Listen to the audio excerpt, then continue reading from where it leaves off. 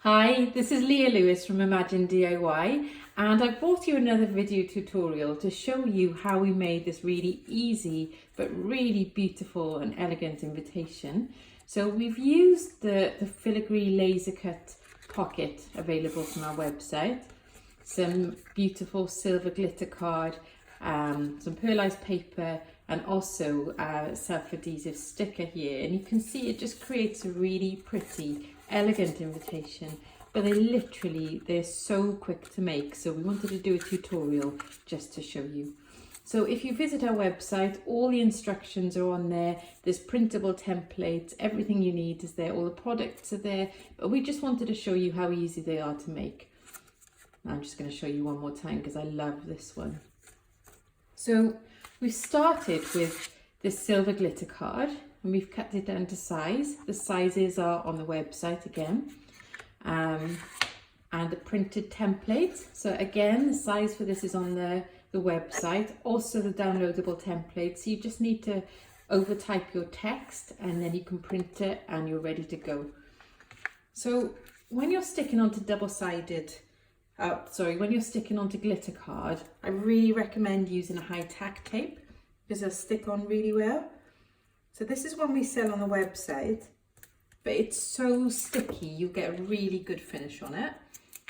So I'm just going to run tape around the top and bottom, along the sides. So I'm just doing this quickly.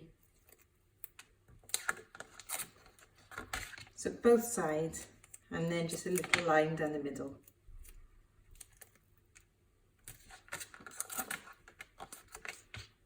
There. So the line on the middle just gives it a little, just an extra stick really to make sure it doesn't peel off.